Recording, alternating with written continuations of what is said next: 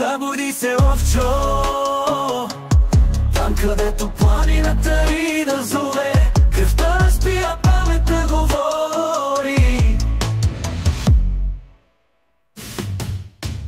В сянката на утрина мъгла, с вик от юг и вятър над села, в Рилския дол под стара борова кора, преплита се сълза със стара чест и рана. Събуди се, лъвчо, гръмни с глас об скала. Държавата е сън, светлина, не се плашим от викове отвъд границата. Ние сме земя на дух и воля свята.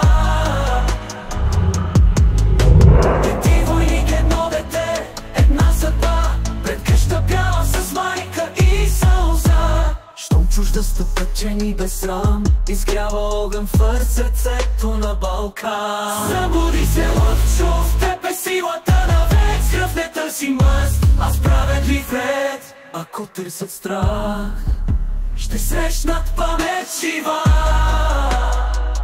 Ако вдигнат меч, ще ги стигне истина.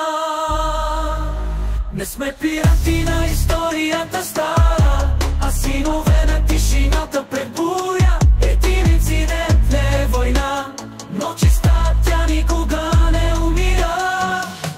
Финален пик е сън, не с чест в ушата, но с чест в ушата.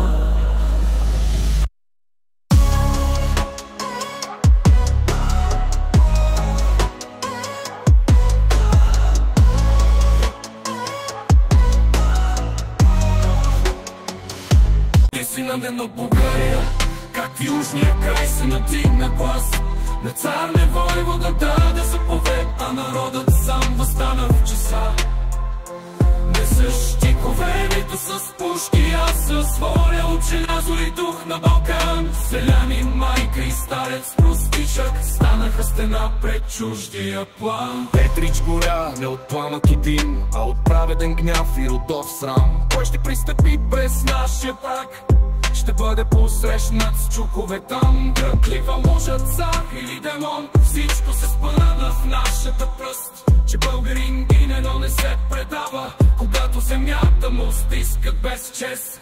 Запиши история, злато и огън в онзи далечен октомврийски ден. Един Петрич показа на света как се ражда народ, как се брани